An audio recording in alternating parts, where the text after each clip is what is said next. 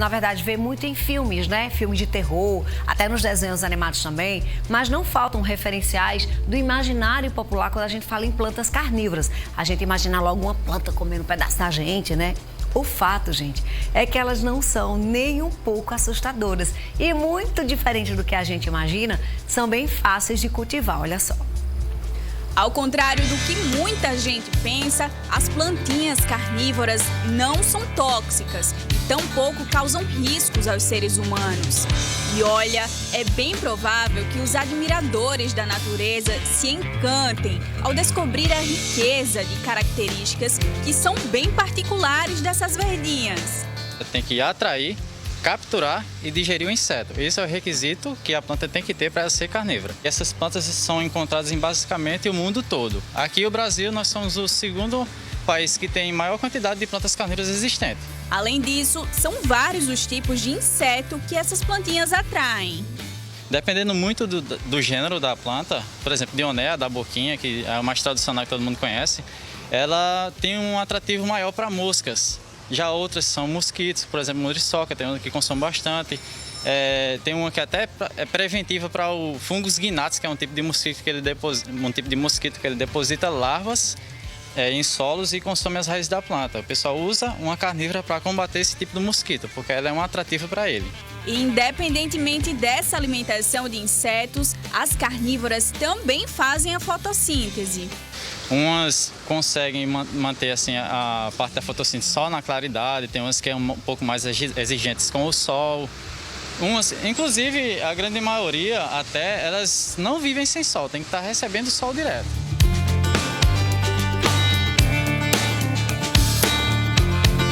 E olha só, a variedade de plantas carnívoras é imensa, viu? Vocês não estão entendendo, não. Josemi, existem várias possibilidades, né? Com certeza. Aqui a gente separou vários gêneros que a gente cultiva. Aqui na ponta primeira, ela é uma pinguícula. Ela lembra uma alface, né? Mas na verdade ela vai atrair o inseto. Ele vai bater na folha e ele vai ficar grudado. Ela produz uma gosminha que vai prender esse inseto. Aqui temos as sarracênias, que são essas do tubo. Ela tem um líquido digestivo dentro dela. Os insetos vão ser atraídos também. Eles não conseguem escalar a parede interna da sarracênia, vão cair nesse líquido e vão ser digeridos pela planta. Então, todas essas daqui são tipos de sarracênia. Aqui na frente a gente tem as mais comuns, né, que o pessoal chama muito da planta da boquinha, que são as dionéias. E elas atraem, elas têm pequenos pelinhos dentro da boca dela, que são gatilhos. E aí, quando o inseto tocar num pelinho desse, tocar em 1, 2 pelinhos, num intervalo de tempo pequeno, ela vai fechar, ele não consegue, após fechar, ele não consegue mais sair, e ela começa a liberar uma enzima para também digerir esse inseto. Então, todas essas da frente aqui são espécies de dionéias. Aqui atrás a gente tem as nepentes, são as minhas favoritas, que eu acho mais bonitas, e assim, as que mais variam realmente de formato, cor. Elas, a ponta, isso aqui, é a folha dela ainda. Então, a folha dela sofreu uma transformação, gerando esse, chama de assídio ou popularmente como jarro. E aí ela também tem uma enzima, um líquido com enzima dentro dela, assim como a sarracênia, e o processo é bem parecido com a sarracênia. O inseto ele vai ser atraído pela cor, pelo néctar que ela solta, não vai conseguir escalar a parede interna do jarro e vai cair nesse líquido e vai ser digerido. Então, todas essas daqui são as nepentes. Aqui a gente tem as dróseras, que são as plantas carnívoras que mais ocorre aqui no Brasil. Nenhuma dessas aqui são espécies nacionais, mas a gente tem várias, inclusive aqui na Paraíba, que são plantas que, assim como a pinguícula, ela vai atrair o inseto, ele vai tocar nas folhinhas dela, grudar e dali ele não sai mais, vai ser digerido e ela vai receber esse nutriente. E o interessante aqui, essa bromélia, ninguém pensa que uma bromélia vai ser uma carnívora, mas essa é uma das poucas bromélias que são carnívoras, que é a reducta, e ela também tem um líquido para digerir insetos que caem dentro dela. E aí, Josemi, como deve ser feita a adubação dessas plantinhas? São plantas, elas se tornaram carnívoras porque elas sobrevivem em substratos com baixíssimo nutriente. Então, assim, se a planta não tira muito nutriente da terra, ela vai precisar tirar de outros locais. Então, de modo geral, o substrato dela é um substrato quase sem... A gente não usa terra preta, a gente vai usar um musgo esfagno, que é um musgo bem conhecido assim pelo pessoal das orquídeas, por exemplo. Usa muito aqui no Brasil para orquídea. Então, é algo fácil de se encontrar. Toda a floricultura, flora, vai ter esse musgo esfagno. E aí é basicamente o musgo esfagno, que ele vai ter um baixo teor de nutriente e a gente vai só usar ali mais alguma coisa para dar uma aeração ao substrato.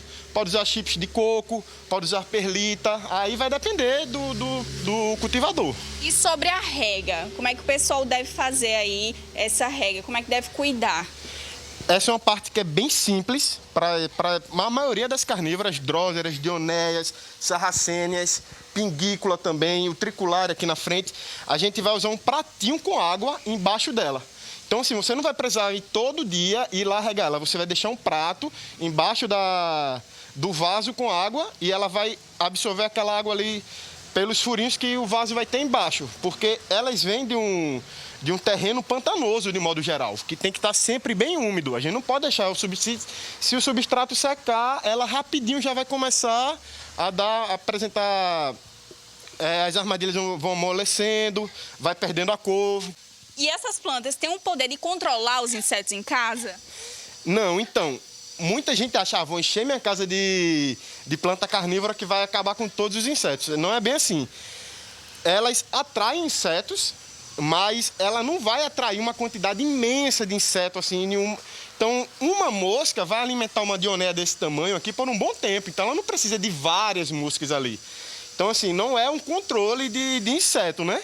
É interessante você ver o acionamento da armadilha e tudo mais, mas não vai fazer o controle de inseto. Aqui com a dionéia, com a carnívora talvez mais conhecida, assim, popularmente, vou mostrar como ela funciona, o acionamento da armadilha dela. Ela aqui dentro vai ter pequenos pelinhos que, por exemplo, porque quando chove talvez ela não feche, porque vai bater nesse pelinho, mas ela precisa que bata em 2, em 3 pelinhos no intervalo de tempo pequenininho. Então ela consegue diferenciar, por exemplo, uma água que caiu em cima dela de um inseto, porque o inseto ele vai bater nesses pelinhos e vai continuar se mexendo, que vai ser mais ou menos o que vai acontecer aqui. Ó. Se eu colocar ele só em um lugar, ela não vai fechar. Mas se eu começar a estimular, aí ela fecha. E aí daqui ela vai cada vez mais apertar e começar a liberar enzima.